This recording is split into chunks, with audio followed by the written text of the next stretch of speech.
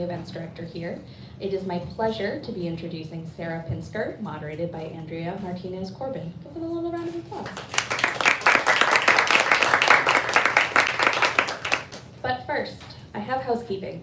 If you haven't picked up your pre-ordered book, or if you would like to buy a book or 12, you can do that at the talk, after the talk, at the register in the back of the event space. Thank you for your support and for buying books with us. It is lovely to have moderator Andrea Martinez Corbin with us this evening. Andrea is an author whose stories have appeared in Shimmer, Flash Fiction Online, Podcastle, and elsewhere, and her interactive fiction has appeared in Sub-Q, with more projects available on her website. She ran the speculative Boston reading series until 2020. Raised in the Midwest, she now lives in the Boston area. It is also a delight to have Sarah Pinsker here tonight. Sarah is the Hugo, Nebula, and Philip K. Dick award-winning author of A Song for a New Day, We Are Satellites, Sooner or Later Everything Falls into the Sea, Lost Places, and over 60 works of short fiction. Her stories have appeared in Asimov's, Strange Horizons, Fantasy and Science Fiction, and Uncanny, and in numerous anthologies and year's bests. She is also a singer-songwriter with 4 albums on various independent labels. She lives in Baltimore, Maryland, with her wife and 2 weird dogs. We are here, of course, to celebrate the release of Haunt Sweet Home. I'm most of the way finished, so don't spoil it, please. Thank you. On the set of a kitschy reality TV show, staged scares transform into unnerving reality in this spooky ghost story from multiple Hugo and Nebula award-winning author Sarah Pinsker. Don't talk today about what we do at night. When aimless 20-something Mara lands a job as the night shift production assistant on her cousin's ghost hunting / home makeover reality TV show, Haunt Sweet Home, she quickly determines her new role will require a healthy attitude towards duplicity. But as she hides fog machines in the woods and improvises scares to spook new homeowners, a series of unnerving incidents on set and a creepy new coworker force Mara to confront whether the person she's truly been deceiving and hiding from all along is herself. Eerie and empathetic, Haunt Sweet Home is a multifaceted, supernatural exploration of finding your own way into adulthood and into yourself. And now, without any further ado, I will hand the stage over to Sarah Pinsker and Andrea Martinez Corbin.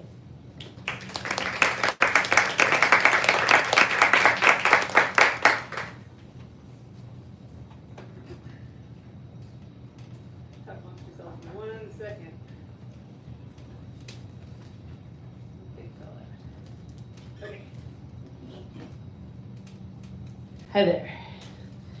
So I'm going to read a little bit before Andrea and I talk, and I'm going to read you 2 little bits. One is to give you a sense of the show that Mara is on in the book. So this is a reality show that combines a home improvement show with a paranormal show. So the people who go on the show have to fix it up by day and then sleep in it at night. And this is her first summer working there, and this is her first day on the job. The little bit I'm going to read you. But they're 7 seasons in, and you can imagine that by 7 seasons in, they have their formula down, and also they need to do stuff to keep on the air. And so the night crew haunts the show. This is no spoiler to tell you this. So I'm going to read you one little bit that in which she's asking someone who knows more about her job than she does about that, so that you know a little bit more about the show, and then I'm going to jump to one other chapter. So this is Mara asking a question of her coworker. Can I ask a stupid question? No question too stupid. Well, possibly, but I'll answer anyway and laugh on the inside. She was honest, at least. I think if you were going to put your new house on a show called Haunt Sweet Home, a show you'd applied to be on, a show you'd presumably watched a time or 2, given that we're filming the 7th season, you'd go in too skeptical to be scared. How do people not anticipate what's coming? They always look genuinely terrified. Did you watch Mad Men? I shook my head. There's this scene where someone's foot gets run over by a lawnmower at a party. The other actors were told the crew would be throwing fake blood at them on the count of 3, but the director quietly arranged for the blood to be thrown on 2 instead of 3. They got this amazing reaction shot because the surprise was real, no anticipation. It's like that. They don't know how they'll be scared, so it still catches them by surprise. The editing on the finished product makes it feel inevitable and obvious, like if you talk a lot about the boarder who threw himself out the attic window, then of course it's going to be a creaky attic episode. But the owners don't know the research we've done, not until Jeremy says, I looked into your house's history and I've discovered, and they don't know which things talked about during the day will be reinforced by their friendly neighborhood night crew. They get scared because there are no special effects people listed in our credits, so it must be real. And they get scared because there's a difference between watching creepy stuff on television and having it happen to you. You have legit just stumbled into the coolest job in the world. Day does the usual formulaic, pre-scripted reality TV stuff, like filming the owner pretending to walk into their new house for the first time, and getting fake candid shots of them relaxing after a busy day of renovation, and doing all the actual renovations, and interviewing them about what they just said in all that previous footage. Then we get to convince them their new purchase is genuinely haunted. You're gonna love it. I hope you love it. I love it.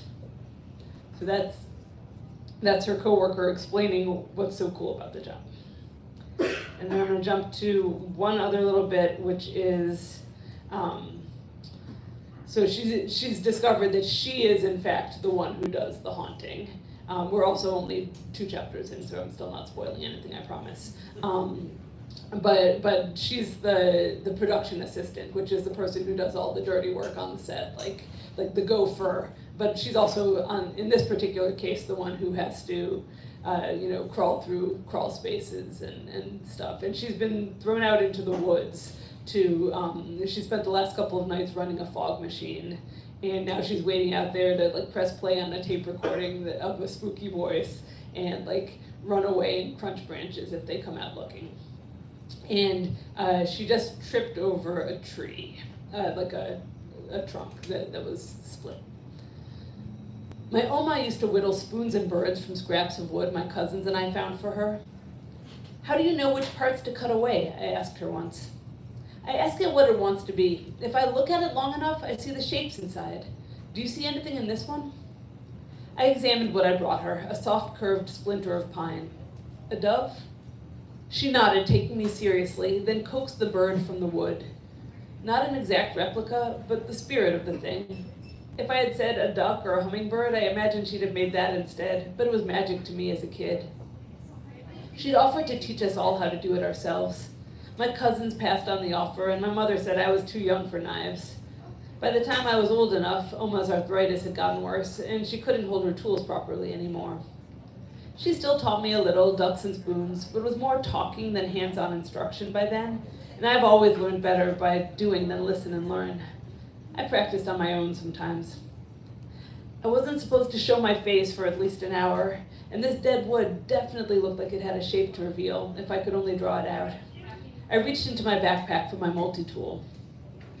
This was a boredom reliever that wouldn't get me in trouble as long as I kept my ears open. A project, a huge project, not really right for a beginner working at night on limited time. I didn't have the skill to pull off anything beyond basic, more ducks, more spoons. Like everything else in my life, I'd dabbled, but I'd never committed. Not like my grandmother. Oma learned it from her own mother, who had carved reliefs, banisters, mantles, altars, fine art stuff, formal, designed to last centuries. Oma's brother, my great uncle, became a luthier, and my grandmother carved everything from decorative birds and animals to full-size stuff like our fire pit chairs to her own less representative fine art. She had exhibits at the museums that understood her, alongside O.L. Samuels, Antonio Alberti, Fred Carter, so-called visionary artists. She sold the commercial stuff from a little one-room store in her front yard until she couldn't sculpt anymore. AJ kept pushing her to learn 3D rendering, which he said was the same as what she did. But she said plastic held no shapes to reveal. He also pushed her to sell online, which she wouldn't do, and to sell other people's work, which she wouldn't do, and to design custom work on other people's specifications, which she wouldn't do, even when it was clear the end of her own carving would mean the end of her store. She told him she had no interest in computers.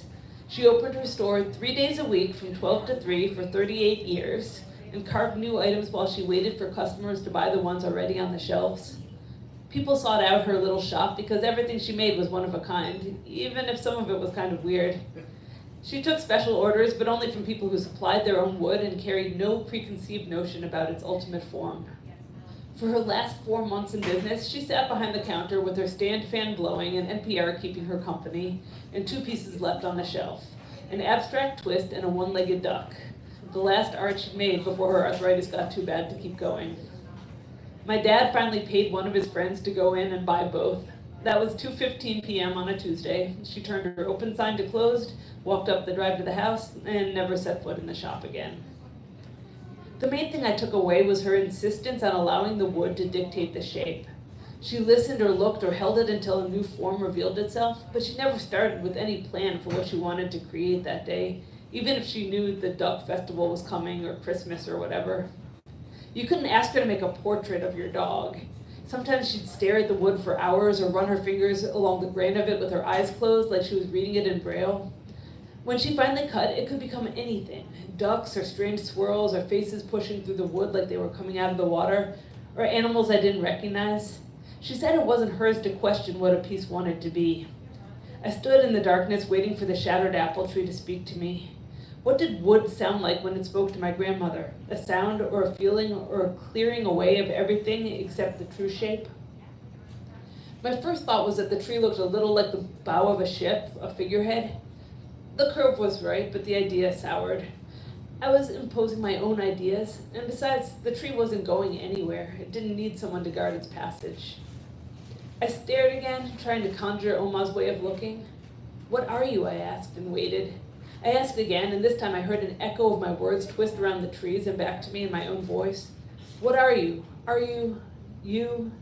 It felt accusatory at first, like I didn't have a right to be doing this, like my question had been turned around on me.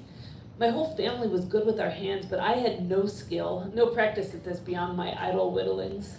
This beautiful tree deserved someone better than me. If she were still carving, I'd have taken it straight to Oma, do not pass go, but she wasn't. And nobody else in the family worked with this kind of thing, and who was I to say I couldn't be good at it if I tried? Maybe I was tired, but just then something shifted in my sight, and I recognized the human shape in the wood. The branches I had initially pictured as creepy arms were unnecessary Halloween store scares. The arms were meant to follow the lines of the body rather than reaching. The shape held a tension, a taut wire from the head to where the torso burst from the stump. Not pleading, but beseeching, searching, transforming. It wasn't me, but there was some quality of me in the shape. Anger at my own self-doubt, at my own inability to know myself. All right there in the wood, waiting, calling to me. What are you? Are you you?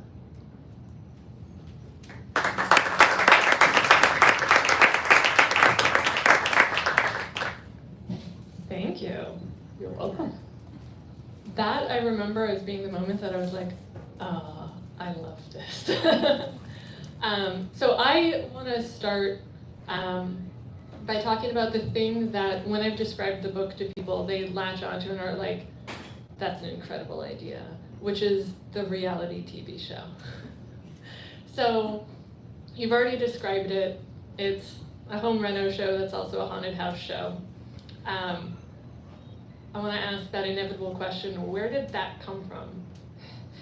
I can't quite remember where. I know when, because it's actually, in my second novel, We Are Satellites, there's a character who's in the hospital, and I wanted him to be kind of like, flicking through basic cable in his hospital room, and I wanted him to find a show that didn't exist, just that would be kind of like the kind of thing you would compulsively watch, even though it was terrible. And I know that's where I put it in. I don't know where I got the idea. But then I was like, this is kind of awesome. I would watch this. It would be absolutely awful, and I would totally watch this. And I started asking people, like, how do you pitch a TV show? Because I thought maybe I could just make, actually pitch a reality show. And then I decided it was going to be too hard. I don't know how to do that. I don't know the right people. And a friend of mine said, well, if you don't know how to pitch a TV show, you do know how to write a book. And I was like, oh, you're so right, great. And so I threw aside the book that I was in the middle of, and I wrote this one, which was a lot of fun to write. It's got like little bits of the transcript too, because I couldn't resist actually writing the show. Because the dirty secret, I mean, the thing that I love about reality shows, it's a love-hate thing, but I'm kind of fascinated by the fact that so many of them are, it's not, like, they have beats, and they have the same, like, and the beats on all of them are the same. So whether it's the home renovation shows and the paranormal shows have exactly the same beats, like the same manner of introducing the host, the same manner of introducing the house of the week, the same manner of like introducing the family in the house, and then either they fix it or they find the ghost, and then there's always the dramatic cut to commercial where like something has happened, either something has gone wrong or they've succeeded in finding the haunting. Everything works at the same place. So once I figured all of that out, it was fun to play with the idea of how you make a show like that happen. It also like becomes a really fun thing to structure your story around, because like you can play with the beats of the show, and as she learns about them, developing the beats of the show and maybe the beats of how the story goes. Right, and also she gets to you get to see the things as they happen, but then because the transcript parts are included, you get to see how it's edited into the show also. Yes. I did have a note that I now see it does not actually end in a question. That was about using that TV editing, both on just a basic, like, showing the transcript, getting to glimpse of the show, and also to emphasize that editing of stories, the editing of the way you tell stories about yourself, which is very much in Mara's story too. But since that doesn't actually lead to a question, just appreciation. I am curious because I personally don't know much except like what you kind of hear from friends about behind the scenes on reality shows and like working on one of them. How did you learn about that to write about Mara's role? I did read some people talking about their experiences on reality shows. I've had a few friends who've been on things, or friends of friends, and talked about what it's like. Someone told me what it was like to be edited into like the villain of the show, and I knew someone who was on a home renovation show where they like utterly destroyed the house except for the one wall that they made really nice, so that wall is better, but everything else was worse. And then just like the way that like the ones where they make you choose between three houses, like this couple has to decide which of these houses to buy. They've bought one already. They've actually bought one of those houses already, and so the other two are just like other houses in the area, and then they fake like looking at all three, and then they fake choosing their house that they've already bought. And so sometimes they've already moved in, and if that's the case, then they'll film like the end bit where they're enjoying the house first, and then they'll move all of their stuff into a moving van and like circle the block or for while they film the show, and then they'll bring their furniture back. So yeah, a lot of that stuff. And then I had a roommate who worked on sets. She's now like a big Hollywood set designer, but at the time that we were roommates, it was one of those things. I just said like one of these things that this has happened to other people. I don't know if this has happened to you, but I would come downstairs and I'd be like, I'm gonna make some tea, and I'd go to get the kettle, and the kettle would be missing because she'd taken it to a set. So then I would realize it's okay because also she took the burner, so I couldn't. And then like the toaster is gone, and yeah, and then she would rent stuff from me, so that was nice. Like she rented one of my guitars for me once, and my riding boots. She wanted to turn the whole basement into like a prop house. So there was a long time where the basement was basically like the room of requirement, and you could go down there and say, if only I had a flugelhorn, and you would find a flugelhorn or like a speed gun or an entire box of snow globes, or whatever it was you were looking for. I was never looking for any of those things, but I did find them. So it still works a little. Yeah. Related to that, so you have real world inspiration to draw from on the reality TV aspect. Do you have any real world inspiration for the hauntings? No. Okay. I do want to ask how you came up with the different hauntings, as much detail as you want to talk about, and if there are any that like ended up on the cutting room floor. Oh, that's interesting. I don't remember any that ended up on the cutting room floor. The fun thing is trying to figure out practical hauntings.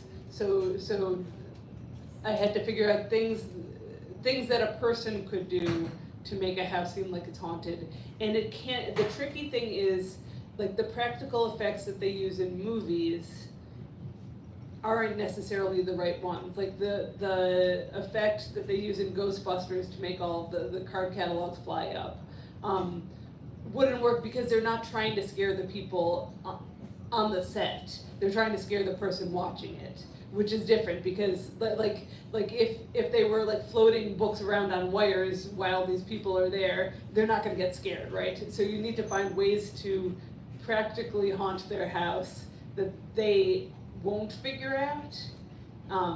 So they do stuff like drop an MP3 player down a bricked up chimney so that there's a ghostly voice emanating from the walls type of deal. Like they have to do things that are within the realm of possibility. So figuring out how to practically haunt a house was part of the challenge, and now I know how to do that. So if you ever need a house guest. I was thinking that you could now like go home and set up a real cool haunted house for your neighborhood. Oh, that's true. Yeah, and then charge admission. I live in Salem, so I just think about things like that. My dogs would not approve of that. Sadly, I'm one of the houses that has to like turn off all the lights and pretend I'm not home because they're not good at greetings. Yeah. Okay, so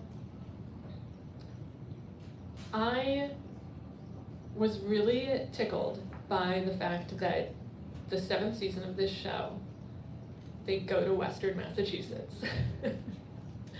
So, because we are in Massachusetts, I'd like you to talk a little bit about like why you chose Western Mass and, if any of these houses might actually exist and we could go look at them. All right, so on the, do any of them exist? Can you look at them? Yes, actually, because some of them I went to like realtor sites and found cool old houses to haunt. So like there's a carving in the back of a fireplace that was real, and the house with the porch that's barfing sunflowers, that was real too. But yeah, I love the architecture. Like there's a lot of old houses. Like you get a lot of good old stuff. They deliberately, like there was one season where they went south and then they realized that like they were going to have to engage with like slave narratives, and so they decided they weren't going to go south again because they didn't want, the makers of the show didn't want to engage with those questions, and so they wanted to stick with I think the Northeast and the Midwest and some of the like. There's some good creaky old houses to be found, and all the that's me doing a fence. The like stone fences through the woods. I have memories from my childhood, which was not in Massachusetts, but in New York, like coming up to Western Massachusetts and wandering around in the woods for some reason. I feel like I was let loose for a while. I can't corroborate. And yeah, I've spent some time there. Like I used to when I toured with music, like I would. The difference between, there's two differences between touring as a musician and touring as a writer. One is the tours make more sense as a musician. They tend to go from one place to another in an orderly fashion because you're usually touring by van, which means that you go a couple of hours down the road and then you stop for the next show. Whereas in book tour land, they're more willing to like say, well, go here now because this is where this festival is, and jump and jump and jump. And then the other thing is just the shows are later when you're playing music, and so you get more of the day to wander around and explore. And so I remember like stopping and hiking and stuff, and so like I've done a fair number of shows in Western Massachusetts, and also just like wandered around in small towns and looked at cool houses and yeah. Yeah, I feel like, this is true of a lot of places, that you can do like you did in the book, which is you have you park them having the base in one spot that she can keep going back to. She has a roommate at this, is it motel or hotel? Motel? Yeah, I was like, that makes more sense. She has this roommate, which is a low-key dynamic throughout the book. But then you're going all these different places, and you can like kind of have the montage of her covering a bunch in between, the main hauntings that she talks about. But then you get to like spend a lot of time, and I'll try and only talk about the first haunting, the orchard, because you mentioned like she, in her night of being stuck in the woods, having to do the fog machine or the sound, she has a lot of hours to kill, and as they're like scoping out the grounds, they also do, you stumble across stuff in the woods. So actually, I do want to ask about the cemetery, the little grave site that they stumble upon, and kind of how you, it's hard to ask about because I don't want to talk too much about anything else. Basically just how you came up with that, how you decided to incorporate that in a kind of in this story. And so there's I brought a show and tell, but at the American Visionary Art Museum in Baltimore, there is a figure. There's a statue called, it's just labeled as the Applewood figure. It was. There's no artist name associated with it, but it was done by, this is a museum of self-taught artists, this piece was done by a patient at a sanitarium in the UK who went out into the woods one day and came back dragging a piece of apple wood. And he had never done any art before, but he asked for some tools, and he said he had to carve this piece. And this is the one and only piece of art that he made. It's a self-portrait. It's got this like concavity to the chest, and he was a tuberculosis patient also. And it's in the permanent collection at the museum, and I go there every time I'm a member, and every time I go to the museum, I spend like 20 minutes hanging out with him because he's just the most profound figure. I just find him absolutely beautiful. And there was a convention, the World Fantasy Convention came to Baltimore in 2018, and I kept sending writers down that way to the museum. And the writer Jeffrey Ford, whose short fiction I highly recommend, and his long fiction, I recommend all of his fiction, he's great. But he had gone over there and he said, that figure on the first floor is just amazing. And I said, I've always wanted to write something about that. And he looked at me and he said, I'll race ya. So that was another thing that went into the soup of this. But I'd been looking for a story to write where I didn't want to take that man's story, but I wanted to take that idea of a carving that you needed to make, and so there she is. She's in the woods. She's not allowed to use her phone. She does have this family history of using carving and learning from her grandmother, and I wanted her to sort of come about that idea of making a piece that she could really pour herself into.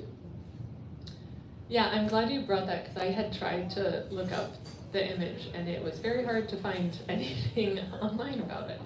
I was at that World Fantasy and I tried to go to the museum, and the time I planned to go, they were closed. Oh. And I was like, I'll have to come back. Because it sounds really cool. It's all like outsider art, right? Yeah.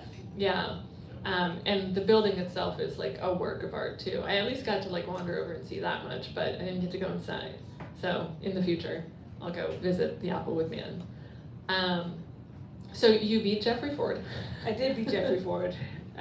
Yeah, I don't think he's actually written something about that. So. I would kind of love to see his take on it though. I would too. His would be way scarier than mine. Yeah.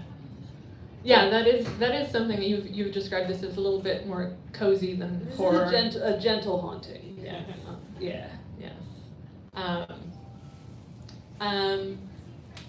Well, I want to actually go back a little bit. So you were talking about touring as a musician, and it actually hasn't come up. It didn't come up in the bits you read, but Mara's family is very musical. And a lot of your work has music in it. Some of it very, very, very prominent, like the center of the story, and lots about like folk songs and the way folk songs journey and all that, and a lot of just musicians making music. How does that, could you talk a little bit more about how that factors into this book, since we haven't talked about that aspect of it? Yeah. So in this book, her family makes music. I kind of used it as another place where she's an outsider in her family. There are several ways in which she has either been made an outsider or chosen to kind of stand apart from them a little bit. And she's she like has put up a lot of defenses because they are a little bit pushy. They're all a lot older than her. And I'll get back to music, but they're all a lot older than her, and they've kind of forgotten what it's like to be trying to figure out who you are, and so she's trying to figure out who she is, and they just like they poke at her a lot for not having figured herself out yet, and they forget when they were like that, and they also forget that it takes a while to sort of write your own story, and she. And so the music in their family is another illustration of that. Like they all have these chairs around the fire, and that the grandmother had made. And she's it says in the first chapter that she's the only one who doesn't have one of those chairs, also because the arthritis started before hers could be made. And so that's another way that she feels like she's left out. But yeah, I mean, I suppose I could have left the music out, but I like musical families, and I like that they're not doing it for any. It's not performance. It's just something that they do for joy. That she could join in, but she didn't, and so but it comes back a few times in the story, and I just love writing music into stories when I get a chance. Yeah, and it's not like it's superfluous in the story. It's very much a part of the story and how her family relates to each other and to her, or not relates, goes both ways. And there's some wonderful scenes of them around the fire. Wonderful, I mean, the scene is wonderful. Not necessarily the things that happen in the scene every time it's wonderful, but like it's the family around the fire with music and the stump chairs that the grandma had made, which is all these ways of Mara getting to feel left out. Now, whether that's her actually being left out or her choosing to continue to feel left out is a big question, and something that I thought about a lot. And it, with her being left out of getting one of the stump chairs, it also feels like that's like she kind of uses that as an excuse, because no one her grandma has never pointed at her and been like, you're this chair, because each of the chairs is like this beautiful creation that kind of, it's supposed to symbolize the person, and I can't list off the different chairs, but they all have like different themes. And each person has their chair, and Mara just has like the guest chair that isn't anything. Could you talk about those chairs actually? Yeah, I mean, I think those came from the museum also, just not specifically, but just all the cool carvings and the things that people can do with wood, and so yes, so I think one of them has like gardens and ivy and flowers and stuff, and one of them has stars, and one of them has a lion, and the grandmother tells them that like when they aren't people until they're 20, and when they're 20 she'll make them a chair that represents them. And I just like that idea that I did spend a lot of time trying to figure out exactly how heavy they would be.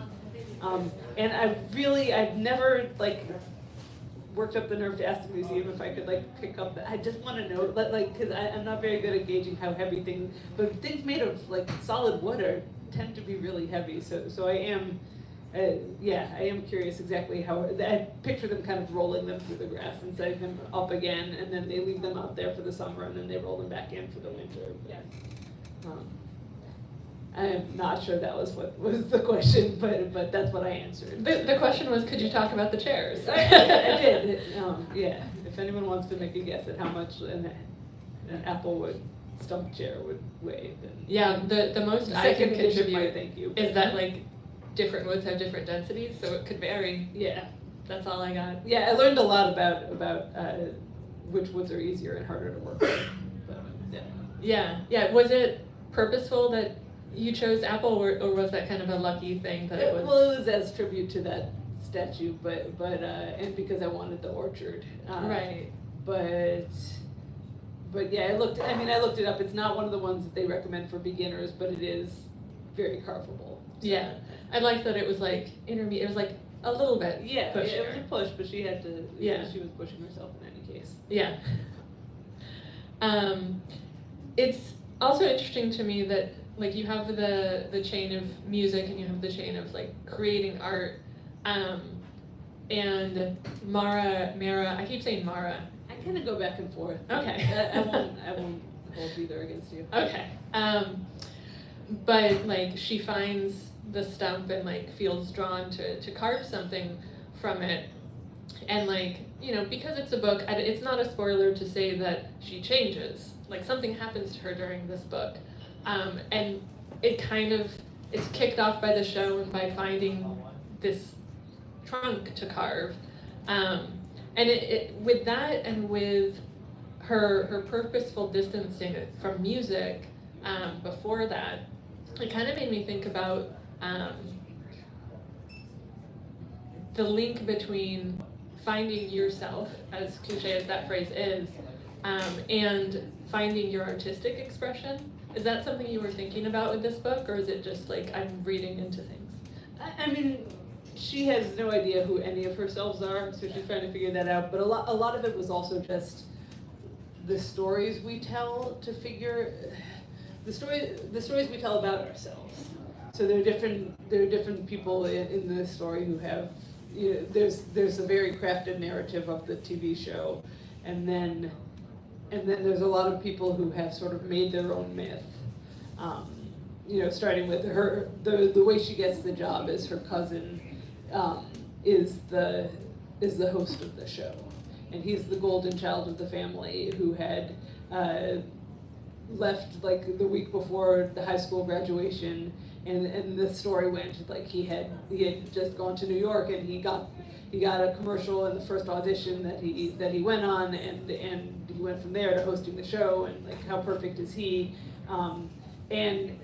but that's also a narrative, and there's and there's him, and there's also the him that's on TV, you know, who are two different people. Like the way he presents himself for the show is different than the person he presents for the TV show, or who he really is for that matter. So I can't remember did I say that correctly? The person he is for his family versus the person he is for the TV show, etc. So yeah, I think I was playing with those ideas too.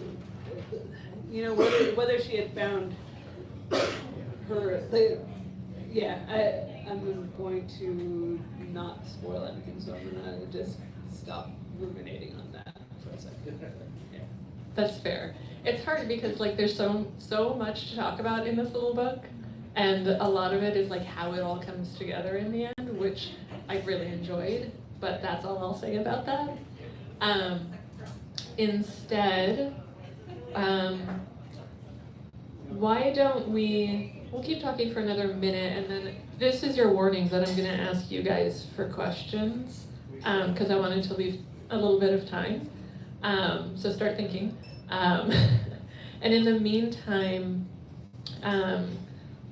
why don't we talk about a little bit of an early scene / how that develops her character. There's a scene, I think it is the first chapter when she's with her family for that dinner. And at one point someone says something kind of dismissive about her plans or lack thereof. And in response, she takes her dinner and a pie and goes and eats in her car, which it just really encapsulates her at that stage in a very funny way. But it's also like very real.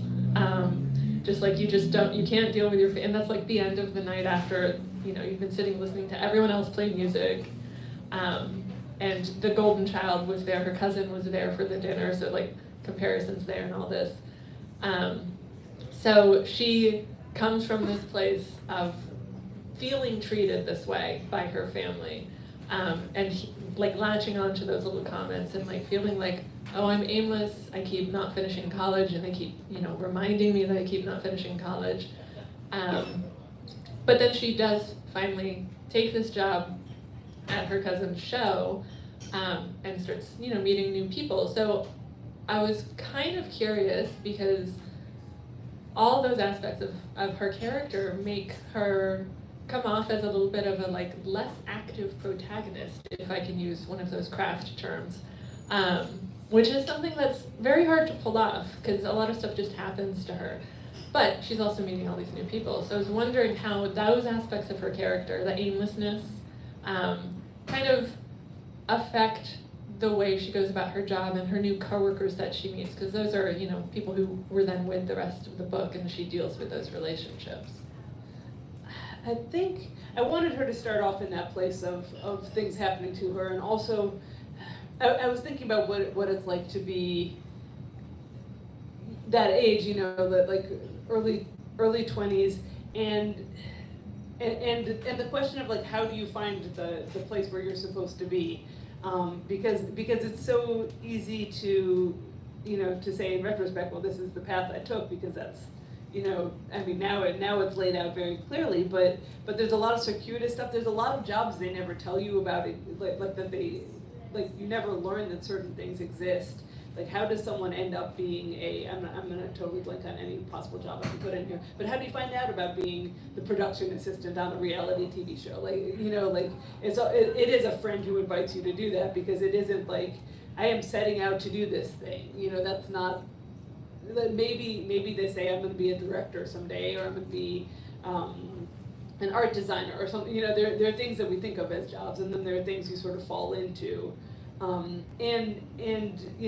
feel like she's been given a bad rap by her family, and that they think she's passive and just like, not figuring things out. But she's looking. She does keep trying. And at the beginning, she says what she wants to do, and then that gets like kind of trampled too.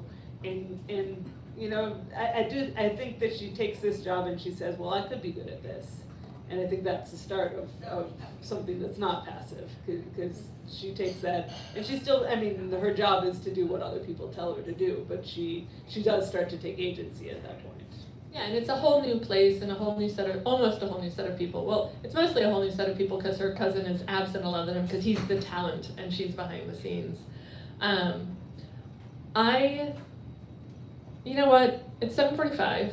We'll do some audience questions, so I want to see some hands raised. Yeah, Sarah. So one thing, my father's a prop master, and so I in fact did grow up with all my stuff around this. I saw you nod. I was like, she knows. It's a common experience. I was when my backpack emptied out and I put in my backpack enough for my homework. That was not my question. My question was, there's a canon of reality shows, TV in particular, of sort of like murder mystery shows and What We Do in the Shadows and stuff like that, doing the reality TV sort of episode. So how do you feel about those? How do you place your book in that sort of? I hadn't thought about those. I would have to think about that a little bit. That's a good question. Those are always kind of fun when the cameras show up on screen, and there's sort of that there's cameras filming the cameras of the reality. Like, I guess The Office is kind of like that too, where every once in a while you get a glimpse of the workings. I'm just fascinated by the workings of things in general, and I love behind the scenes stuff, and I like heightened realities. So that artifice of having people film something that is supposed to be like act natural, but the minute they say that, like you're not doing the natural things anymore. And a lot of the time you are like saying exactly the things that you vowed never to say, because like that's what they say on reality TV. No one speaks like that, but then people do it. I don't know why, you know. So I think there's this. I don't know. I'm fascinated by all of it.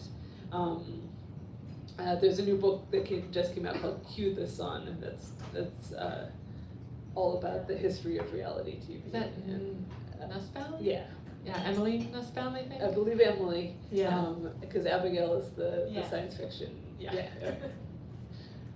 Yeah, it's like not an oral history. It's just a history of reality TV, Yeah. and like goes deep behind the scenes on the like different waves of reality TV. Yeah. It sounds fascinating. Yeah. I do think I have one more reality TV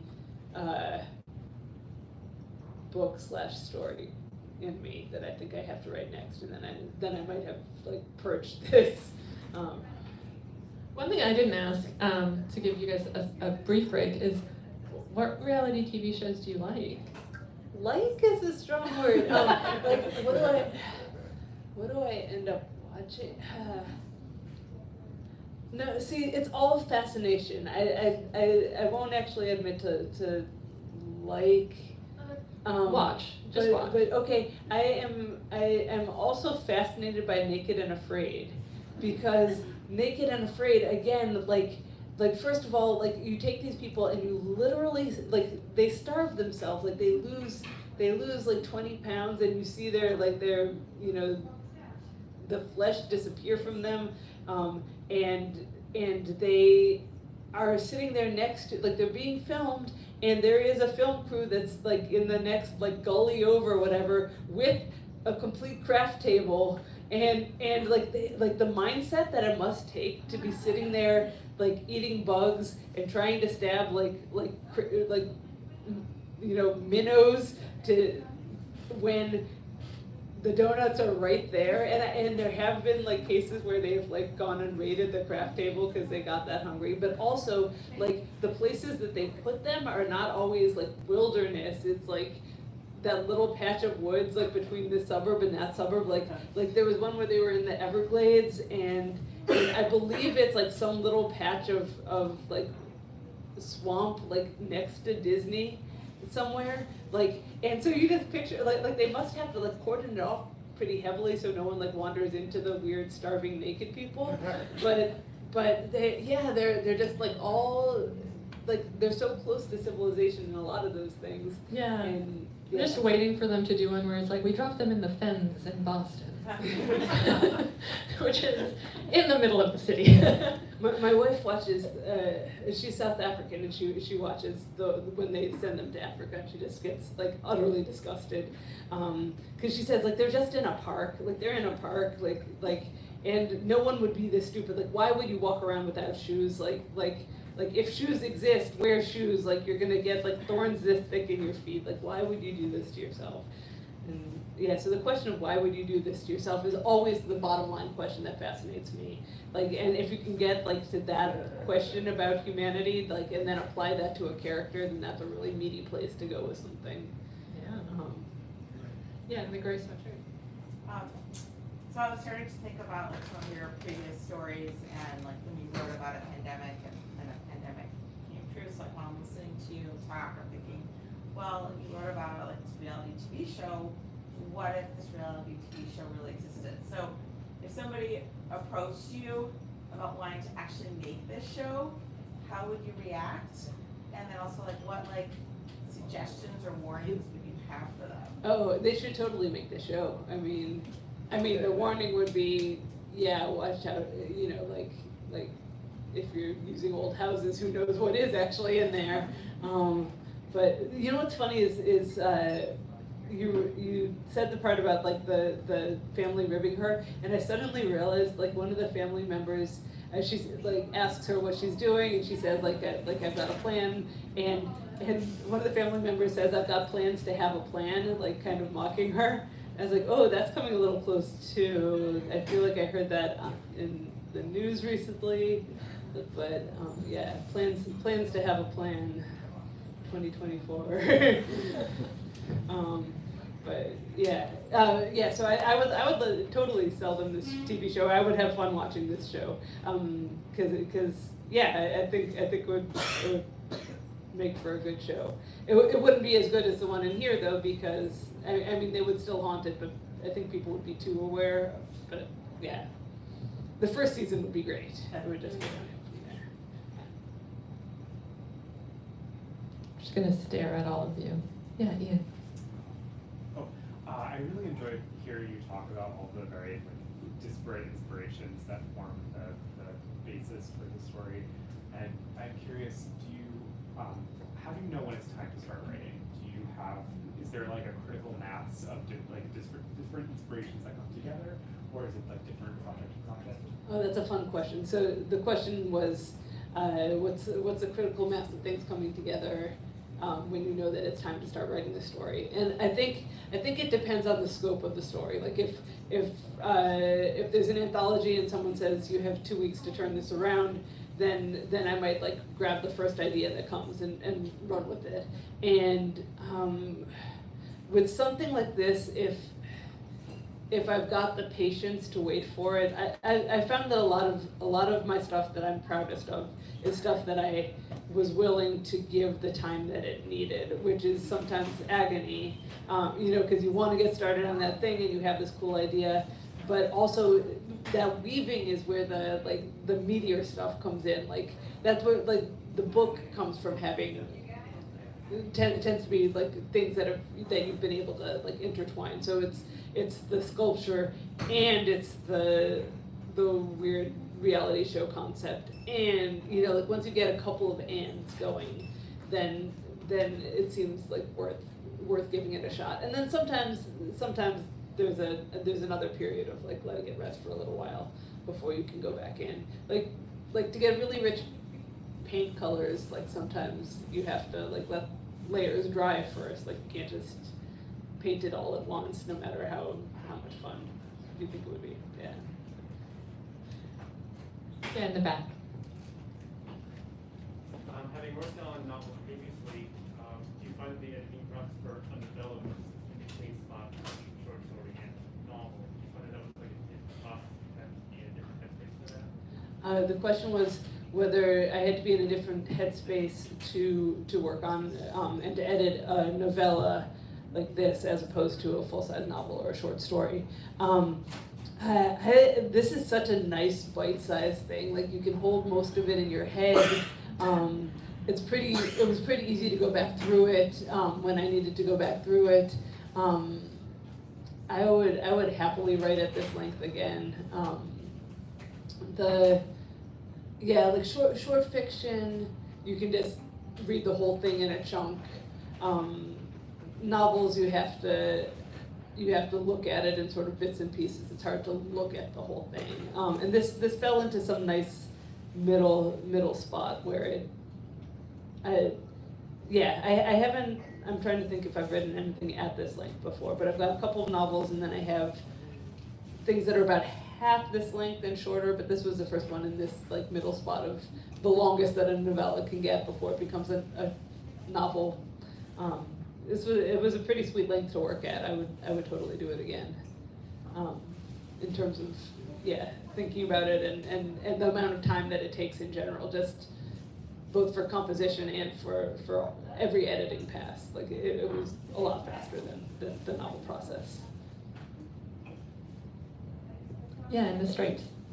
Maybe this is actually a combination of the last two questions, but I'm curious, when you're sitting down to start writing, how much of it do you already have kind of formulated in your head? Do you know the story like beginning to end? Is it coming to you? Do you know you want to write a novella, or that's just where it ends? I'm curious how much of that is premeditated versus comes to you in writing. So the question is, how much of the story is premeditated before I start writing?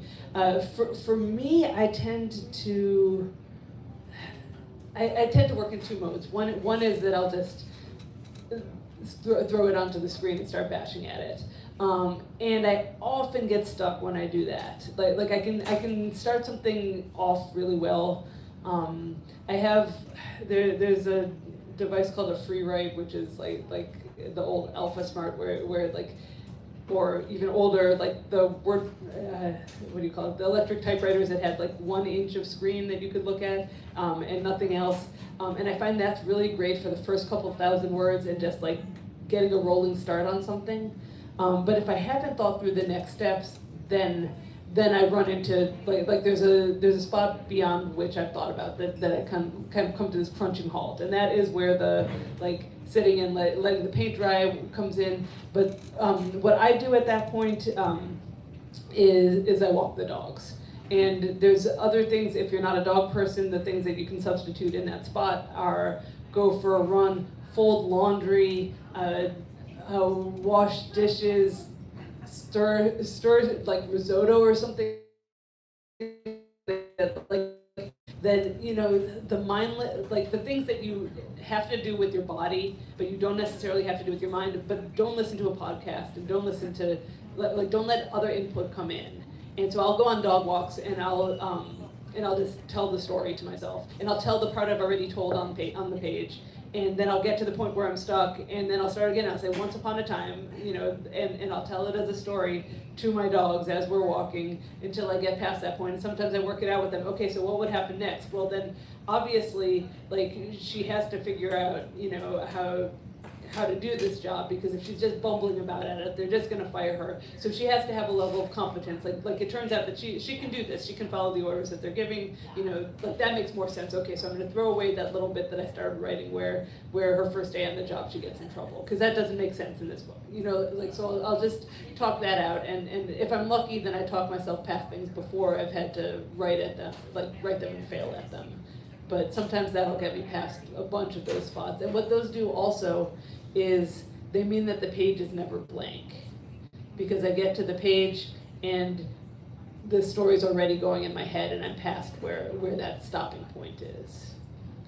I've heard what you just described, I think, referred to as the rubber duck method, or instead of dogs, because not everyone has dogs, not everyone has rubber ducks either, but like you explain your story to something that's not a person, something that's not gonna like tell you. Like Ernie and his rubber ducky is what you're talking about? Yeah. Oh, all right. I don't remember where I heard that form of it, but that's the one that stuck in my head, because I do that. I don't, like maybe in some ways I'm talking to my cat, but often I'm just like talking to the air around me, trying to work something out and telling the story again, and then going, no, that doesn't make sense because, and just talking Right. through it in that way. Right. You can also do it in a notebook, question yourself, write the question, write the answer, write the question, write the, and just sort of have a conversation with yourself on the page, or put in like your AirPods or something and go for a walk and talk as if you're on the phone, and people don't think,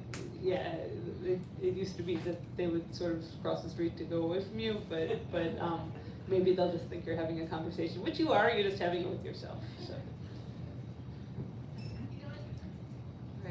Well, it is actually 8 o'clock, so I think we do need to wrap it up and get to signing. Thank you all so much for coming. Thank you all. Thank you, Sarah.